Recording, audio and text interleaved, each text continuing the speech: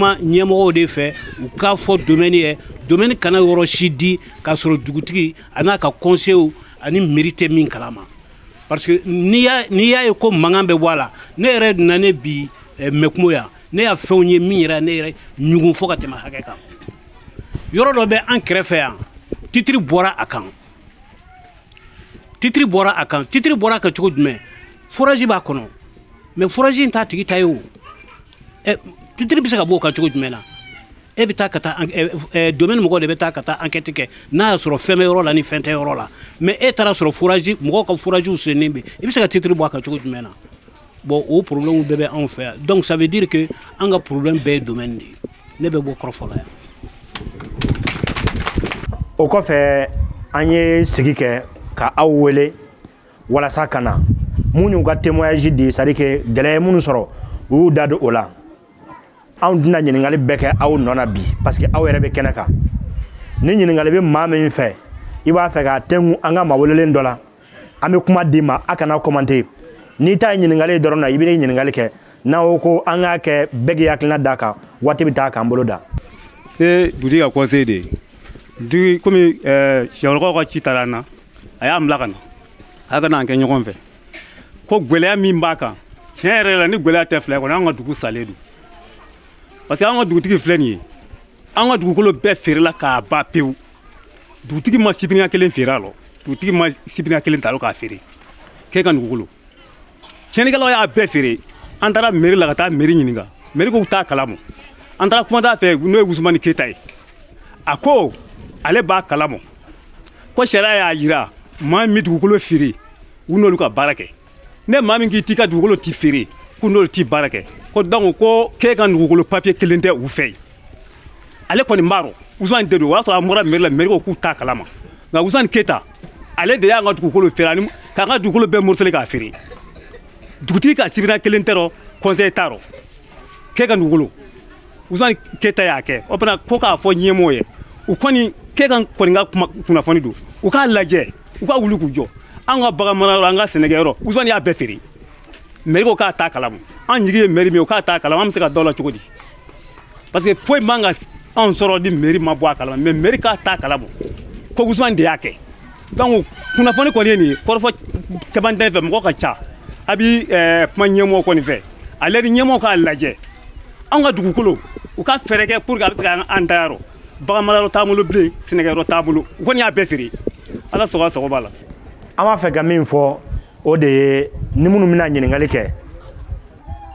n'an ko k'an ka bɛɛ ɲɛfɔ kuma bɛ maa bɛɛ kɔnɔ yan mais tiɲɛ yɛrɛ la waati min bɛ an bolo a t'o bɔ o la an b'a ɲini aw fɛ min ta ye ɲininkali ye an sigira o de kama walasa gɛlɛya caman fɔra mais fɛɛrɛ jumɛn bɛ se ka sɔrɔ a la o jaabi bɛ sɔrɔ min o gɛlɛya bɛ wuli ka bɔ an kan cogo jumɛn a y'a jija a k'a kɛ ɲininkali ye sani a k'a kɛ gɛlɛya ɲɛfɔli ye an ka ɲininkaliw kɛ walasa an b'o jaabi sɔrɔ kɛnɛ kan. u ko dugukolo ko ka papier kɛ a la an ka papier an ka sɛnɛkɛyɔrɔ la an y'a sɔrɔ titiri b'a la ko ka papier kɛ dugukolo la n'i ye titiri sɔrɔ a bɛ bɔ cogo di e k'i sɛnɛkɛyɔrɔ i bɔra yɔrɔ min na k'i bɛ titiri k'a la an ka papier k'a la an y'a sɔrɔ i ye titiri k'a la ɔ n'o bɛ annulé cogo min na u k'o ɲɛfɔ an ye kɔrɔfɔ min fɛ o y'o ye. yalima ni togodalamɔgɔw n'u ka dugukolo minɛna u la u kana mankan kɛ taayɔrɔ jumɛn de bɛ u la u bɛ se k'u bolo da yɔrɔ min kan min bɛ se k'u ka dugukolo lasegin u ma ka k'u ta ye parce que an b'a ye dugukolo ninnu ŋanamunba a bɛɛ ɲɛmaw kelenw ye a bɛɛ faamaw de ye mais faama bɛ dɔ fana bɛ faama sanfɛ ɔ sariya tigilamaw bɛ yen u bɛ se ka mun de fɔ sigidalamɔgɔw ye n'u ka dugukolo daragira u ka taa yɔrɔ jumɛn u ka mun de kɛ yalasa a bɛ se ka segin u ma ne ka ɲininkali b'o nɔfɛ. ayiwa ko ni titiri bɔra dugukolo kan ni titiri bɔra dugukolo kan yala min ɲininkali k'o la fɔlɔ yala a ti sɔrɔ bilen wa puisque an ka dugukolo minɛna na dugutigi san 100 ani san 10 k'o don kaso la ne yɛrɛ min ye ka ne don kaso la ka ne kɔrɔkɛ don kaso la an mɔgɔ 4 k'an bɛɛ don kaso la an ye kibiri dɛmɛ ta kibiri dɛmɛ de ye an labɔ tile 12 kɔnɔna na o fana ni kɛra ni titiri bɔra la anw ni sirada cɛ a tɛ kilo 1 bɔ nka ka bɔ sirada la ka taa an fɛ yen jɔharamɛkɛ y'a bɛɛ minɛ a bɛɛ minɛnen an ko a k'ale ka mɛtiri sirada bila an ye an bɛ bɔ ka taa sira min fɛ a k'o tɛ sɔrɔ o fana ni dugu sigi mɛ sira t'e bolo an nana an ka sow jɔ yɔrɔ min ye tracteur wuli a ka taa ci o bɛ se ka kɛ cogo di n'u ɲɛmɔgɔ jɛ tɛ dɔ ye k'an ka minɛn bɛɛ bila fiɲɛ na k'an bɛɛ minɛ k'an bɛɛ don kaso la o fana dugu bɛ yɔrɔ bɛ sugo yɛrɛ tɛ an n'u cɛ an ka den furu n'u ka dugu kɔnɔ n'u ka maa sara u t'a fɔ an ye n'an ka maa sara an t'a f'u ye maire sigilen tulo b'o rɔ olu ma maa ɲini ka taa kumaw na ni fɔra ko maire lakaw sen t'o rɔ olu se bɛ dɔ rɔ. Ne ye Amara Jalo de ne ye bagan marala ye n sigilen bɛ Mɛkumo n ye conseil fana ye mairie la ne ta ye ɲininkali ye anw burusi kɔnɔ mɔgɔw anw sigilen don sɛnɛ ni bagan mara de la anw ka baganw bɛ mini yɔrɔ min o feere la u bɛ dumuni kɛ yɔrɔ min o feere la u bɛ si yɔrɔ min o feere la an ka école de public ka na sira bɔ a kɔnɔ diyagoya la k'a bɔ ne yɛrɛ ka foro fɛ sira min ni école do monsieur le maire bɛ se ka kɛ n seere n'o ye Sidi Tarawele ale yɛrɛ de nana a géométrie kɛ k'a papier dilan a kɛdon fana o kɛtɔn ka baara daminɛ don min fɛnɛ n y'a f'u ye ka maire wele maire ko n kan ka sin do ka taa fɔ baarakɛlaw ka baara jɔ n ye Sidi wele a bɛ yan a bɛ se ka n seere yan n ye nkalon tigɛ yɔrɔ min fana a k'a fɔ nkalon do n ye Sidi wele Sidi nana a n'a ka conseiller dɔ k'a f'u ye u ka baara jɔ u ye baara jɔ o don o kɔfɛ u nana baara daminɛ ni Sidi a y'a se k'a la mais sira in bɔra a filɛ nin ye a bɛ ka tɛmɛ école publique de don an nana yira sisan ko sira bɔra u ko école so tɛ se ka tɛmɛ 4 hectares kan ɔ ɲininkali ye min ye o tuma an ka bagan feere dumunikɛyɔrɔ ni siyɔrɔ minnu feere la sisan an bɛ se k'u sɔrɔ cogo di ne ka ɲininkali y'o ye parce que an tɛ se ka sigi n'a ti sɔrɔ yɛrɛ u ka yɔrɔ yira n'an ka yɛlɛma ye. An ka dugukolo bɛ fɛ gitɔrɔn kura in bɔra fɛ an taara géomètre sɔrɔ u bɛ ka suma an y'u ɲininka n ko jɔn y'u bila ka nin baara kɛ k'an ka dugutigilakaw y'u bila k'u kana baara kɛ an y'u ɲininka n ko jala kun jumɛn y'aw bila a bɛ n'an ka dugukolo suma ka sɔrɔ a ma fɔ an ye ko dugutigilakaw y'u bila ka yɔrɔ min suma k'u b'a suma hali sini an taara mairie la a ma ɲɛ sɔrɔ yen ka taa tribunal la a ma ɲɛ sɔrɔ yen an taara fɔ cour suprême na a ma ɲɛ sɔrɔ yen yala n'i ka dugukolo minɛna i la o cogoya la i ka ci ka dugukolo o mana i b'a kɛ cogo di i bɛ ka balo dugukolo min kan san 20 san 30 ni a minɛnila nin minɛ cogo in na yala i bɛ ɲɛ sɔrɔ a la cogo di ne kɔni ka welemada don ka ɲɛsin faamaw ma tiɲɛ yɛrɛ la n'u m'an dɛmɛ yan yɔrɔ in na ni commune in kɔnɔ yan tiɲɛ yɛrɛ la an tɔɲɔnen don fo ka taa fɔ a dan tɛmɛna. N bɛna kuma fɛn min kan a bɛɛ ye dugukoloko kelen in de ye komi a ko ka lako gɛlɛya ninnu k'o caman fɔra bon ne b'a fɛ ka ɲininkali kɛ min na sisan anw ta kɔni bɛɛ donna da fɛ wa bɛɛ lajɛlen fana mana min ɲininka ko titiri b'a la yala o bɛ se ka bɔ yen cogo min na ne b'a fɛ ka ɲininkali kɛ o de la. N sigilen bɛ fɛ kun fayala la n yɛrɛ sigilen n bɛna ɲininkali dɔ de kɛ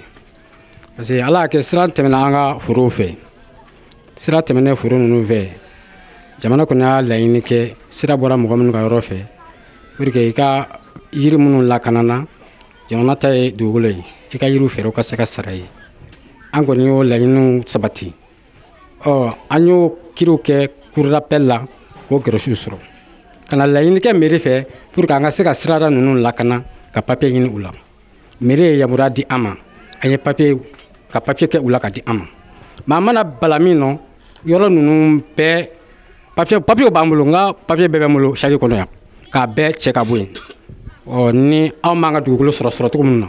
o ɲininkali de bɛ ne fɛ. Sariyabulon lajɛbagaw aw bɔra k'an ka seereyaw lamɛn sisan maa minnu bɛ yen n'u ye ɲininkali kɛ walima ni gɛlɛyaw sɔrɔ u y'u da don u ka gɛlɛyaw la k'a ɲɛfɔ e ni ne ɲɛna komi a ma ɲa a fɔra an ka kuma di an ka maa welelenw fana ma minnu na se ka an bilasira ka kuma in jaabiw di o kɔnɔna na monsieur le maire a bɛ yan kuma caman fɔra an b'a fɛ monsieur le maire i ka dɔ ɲɛfɔ an ɲɛna walasa an bɛ se ka fɛn faamu. mais question dɔ jaabi n'o ye Gilajɛkaw ka question ye ne yɛrɛ Sidi ye Gilajɛka de ye ne wolola ye ka mɔ ye Gilajɛkaw kuma n'u ka titre ko min kan vraiment bi ma titre ko in bila sen na u ko k'olu minɛna ka don kaso la titre ko in kama dugutigi n'a ka conseil bɛɛ de minɛna ka don kaso la ne yɛrɛ Sidi min sigilen filɛ ne de ya 3 millions sara tribunal la k'u labɔ donc n'a fɔra ko mairie mago t'u la anw mago t'u la ne ma sɔn o kuma ma ne ye Kibili Demba Jalo ta comme avocat ka maître Gakou ta comme avocat ka Boubacar Guino ta comme avocat ka kiiriw kɛ donc n'a fɔra ko an mago t'u la an mago b'u la dɛ n'a mago t'u la o wari min bɔlen filɛ nin a bɛ mago dɔ ɲa ne ye o mɔgɔ o mɔgɔ donna kaso la ne de y'a bɛɛ labɔ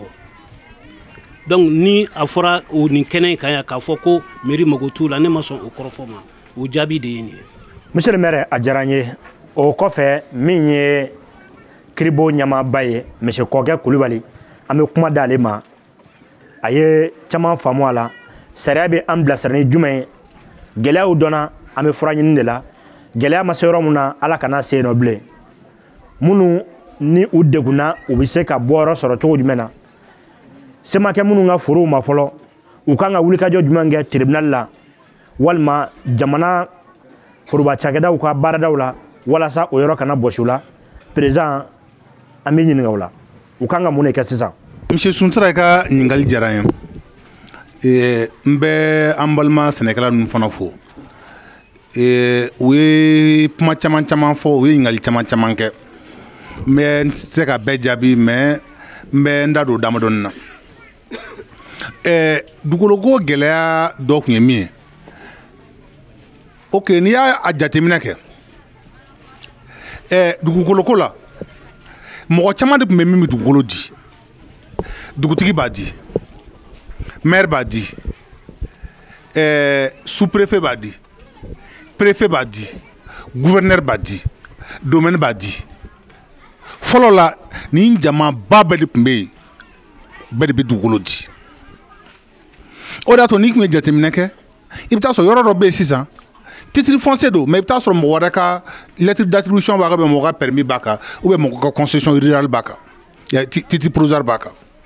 parce que minnu b'a di olu tɛ ɲɔgɔn kalama dugutigi b'a di waati min na o b'a sɔrɔ yɔrɔ kelen fana maire b'a di o yɔrɔ kelen fana domaine b'a di ou bien sous-préfet b'a di ou bien préfet b'a di donc yɔrɔ kelen na i bɛ taa sɔrɔ papier sigiyɔrɔma 3 ka taa se fɔ 4 ma o bɛɛ bɛ yɔrɔ kelen kan parce que minnu b'a di olu tɛ kuma ɲɔgɔn ye bɛɛ b'a di cogoya min ja bon jamana ye fɛɛrɛ tigɛ o kɔnɔna ka sariya yɛrɛ changer mais monsieur le maire Dabo donna na k'a fɔ ko dugukolo n'i y'a jateminɛ Mali la bi dicogo 2 de b'a la diba 2 dicogo 2 ani diba 2 diba fɔlɔ min ye o ye domaine ye pour k'i ka dugukolo kɔni sɔrɔ i bɛ taa titre foncier de bɔ sisan i bɛ taa domaine de la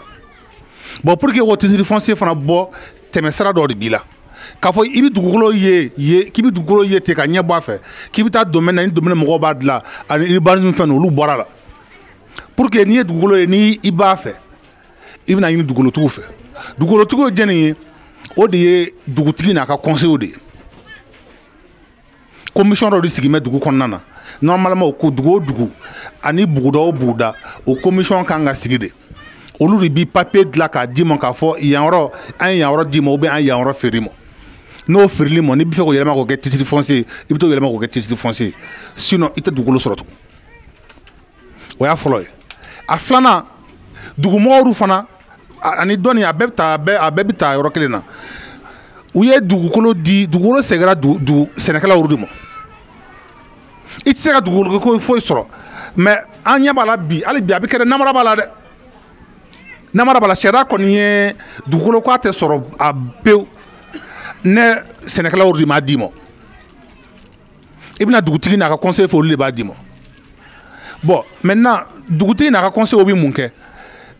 k'a fɔ k'u ka jateminɛ sɛnɛkɛ yɔrɔ minnu bɛ u ka yɔrɔ la du o du bɛ nin nɔ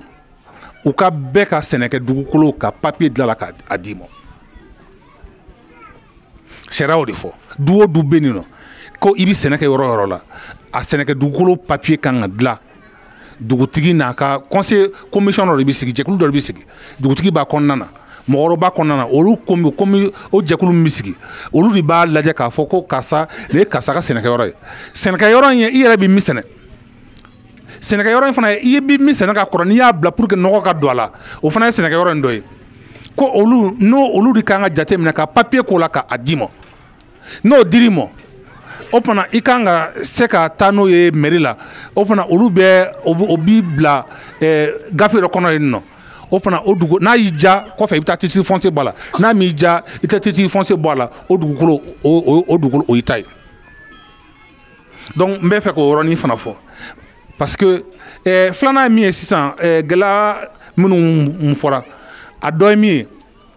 o ye sɛnɛkɛ dugukolo caman bɛ yen bi u ye papier b'u la papier minnu kun bɛ bɔ Mali sariya la fɔlɔ dugukolo ninnu kan n bɛ se ka n da dɔ la ka dɔɔnin fɔ an y'a la papier ninnu fɔlɔ o ye titre foncier n'o bɔra ye titre provisoire n'o bɔra ye u bɛ dɔw wele concession rurale n'o bɔra ye u bɛ lettre kɛ dɔw la dɔw bɛ wele ko lettre d'attribution dɔw bɛ yen u b'o wele ko permis olu papier de bɛ bɔ yɔrɔ ninnu kan maintenant sariya ko i ka sɛnɛkɛ dugukolo ne mɔgɔ nana ka titre foncier bɔ a sanfɛ ko o y'o kuma bannen sɛnɛkɛ dugukolo kuma kɔni tɛ foyi tugun o y'o bannen de e t'o sɔrɔ tugun o ye fɔlɔ ye donc ne min bɛ wuli ka papier ɲini a ka yɔrɔ la ka sɔnni titre foncier ka bɔ a kan a fɔra a banna mais ne titre foncier kɔni bɔra a la kuma banna o ye fɔlɔ ye filanan o ye an b'o wele an ka fɛn na ko titre précaire o ye papier minnu bɛ n'u ma dafa o fɛ jamana b'i yamaruya ko i ka baara kɛ yɔrɔ la ou bien i ka sigi a sanfɛ komi a dugukolo tigiya ale m'a d'i ma o de ye titre provisoire ninnu ye o de ye concession rurale ye o de ye permis ni lettre d'attribution ninnu ye jamana b'o papier minnu di n'a a ka lasigidenw fɛ n'o ye maire ye n'o ye préfet ye ni sous préfet ni commandant ye olu b'o papier o yamara papier min d'i ma k'i bɛ se ka baara kɛ yɔrɔ la n'o papier bɔra ka yɔrɔ kan i ka sɛnɛkɛ dugukolo kan aya i jigi ma tiɲɛ parce que jamana ye tribunal dɔ bila mais a tribunal bɛ Bamakɔ de n'i ye Mali ta a tribunal 3 de bɛ yen nɔ kelen bɛ Bamakɔ a ka ca sisan dɔ fana bɛ Gawo dɔ bɛ Bamakɔ dɔ bɛ Kayi dɔ bɛ Mopti dɔ bɛ Gawo ko ni o ni papier ninnu bɔra titre foncier tɛ dɛ papier minnu bɛ yen nɔ ne maires ni préfets ni sous préfets b'a di k'i yamaruya ko i k'i yan yɔrɔ baara bɛ k'i sigi a sanfɛ n'o bolo ko titre provisoire ninnu ko n'o bɔra i ka yɔrɔ kan k'i bɛ se ka wuli ka se nin tribunal ninnu na olu tribunal b'a jateminɛ n'u y'a jateminɛ k'a ye k'a dɔn k'a fɔ ko nin dugukolo nin de ye ka sɛnɛkɛ dugukolo ye ko mais u y'a ndaraki la ka jagoya la ka a di mɔgɔ wɛrɛ ma ka papier d'o ma olu b'o papier annulé ka bɔ a sanfɛ k'i ka dugukolo segin donc o bɛ dugukolo minnu kan olu dugukolo ni o sɛnɛkɛ dugukolo minnu kan n'olu kɔni olu jigila man ka ban mais min fɔ an balima sɛnɛkɛlaw ye a fana a kana sigi k'a fɔ ko se t'a ye a kana sigi kiri de don a ye wuli a ka taa ɲini a m'a sɔrɔ o ka fisa a k'a sigi k'a fɔ ko an ye fantan ye an tɛ taa parce que caman bɛ yen o bɛ jɔn a yɛrɛ la o b'a yɛrɛ filɛ mɔgɔ nɔgɔlen a nɔgɔlen tɛ o a ka baara bɛ bɔgɔ de la bɔgɔ de b'a nɔgɔ sinon a nɔgɔlen tɛ a jɛlen don a bɛ minnu ye k'u bɛ bazɛn bɔ u bɛ vɛsi bɔ ni fɛnw don a jɛlen minnu ye a dusukun jɛlen minnu ye a bɛ balo halala de kan donc aw jɛlen minnu ye wa a tɛ kun f'i ye dɛ parce que a bɛ baara min na a b'o ɲɛ de dɔn a b'a k'o cogoya de la donc a ye wuli a ka taa sɛnɛkɛ dugukolo caman bɛ yen min misaliya di pour que a kana fɛn peut-être a tigi bɛ sɔrɔ kɛnɛ kan nin nɔ mɔgɔ bɛ yan nafolotigiw nana k'u ka yɔrɔ minɛ o la mais Kulukoro tribunal la kiri kɛra u n'a faamaw ni ɲɔgɔn cɛ mais a labanna min ma u b'a dɔn nin dugukolo in kɛrɛfɛla la dɔ fana ta kɛra nin nɔ a fa salen kɔfɛ u y'a ka denmisɛnnin u y'a minɛ u y'a ka dugukolo minɛ ka a feere hali sɛnɛkɛyɔrɔ t'a bolo mais kiri kɛra a ka dugukolo dira a ma n ko a yɔrɔ a cira donc min fɔ an ɲɛna a kana jigila tigɛ kiri kɔnɔna don ani mɔgɔ ɲuman bi bɛn ani mɔgɔ lankolon bɛ se ka bɛn mais n'an ma wuli ka se a seyɔrɔ la ka taa a ɲɛɲini fo a y'a sigi ten k'a fɔ ko o y'a minɛ na n'a y'a minɛ n'an ma wuli k'a ɲɛɲini a ɲɛ se ka sɔrɔ dɛ mɔgɔ bi dɛmɛ mɔgɔ min bɛ baara kɛ mɔgɔ min wuli k'a ɲɛɲini mais ni e y'i sigi ten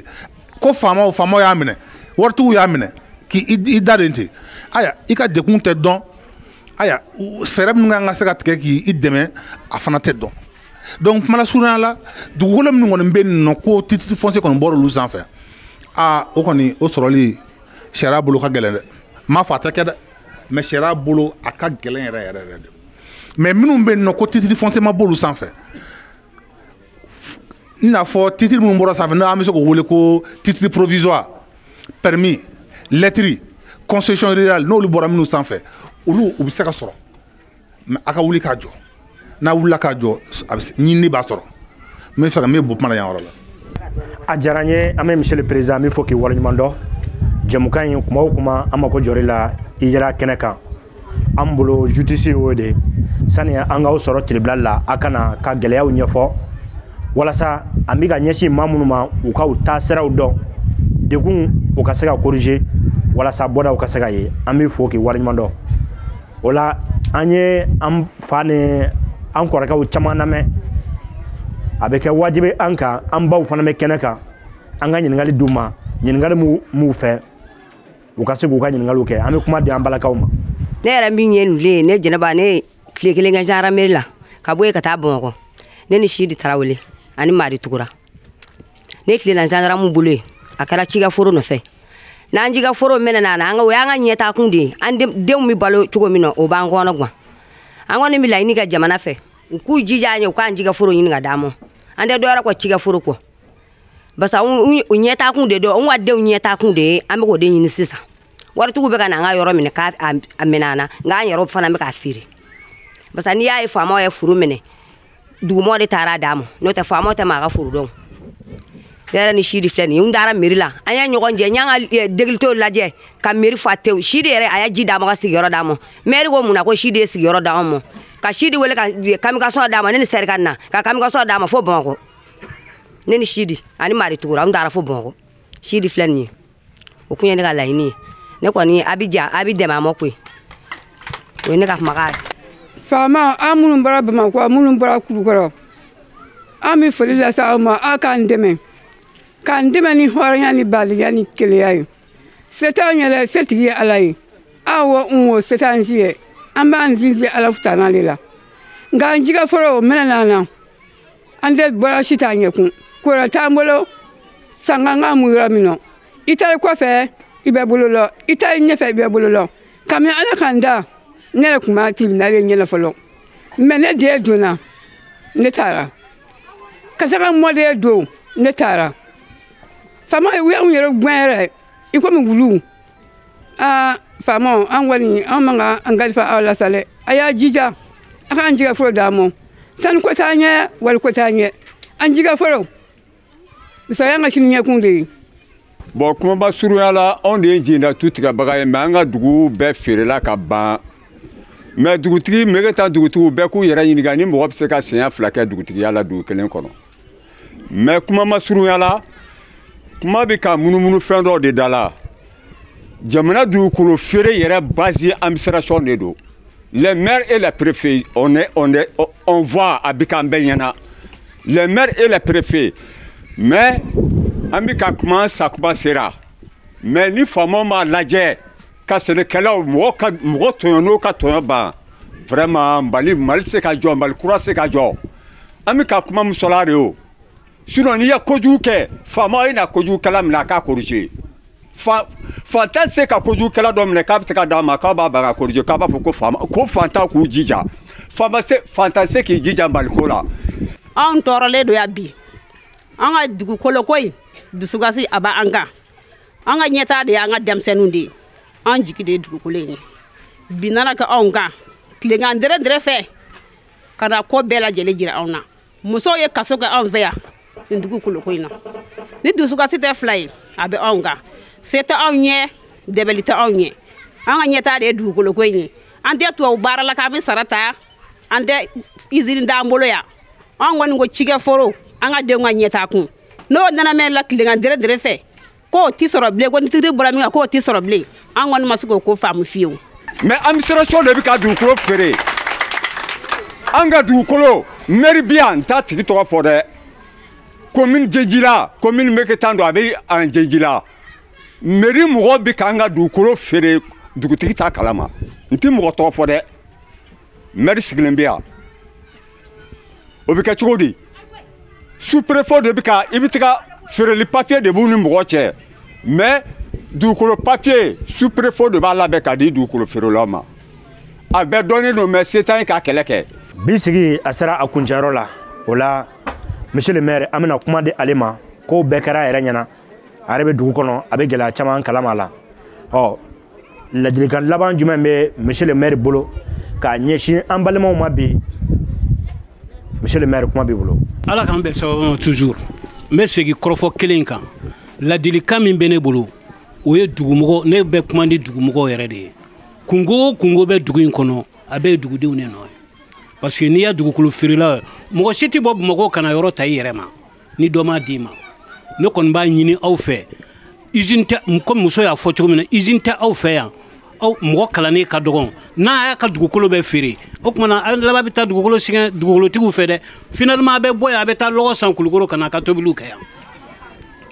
ala k'an kisi o ye a ka sira ɲuman taama ye dɛ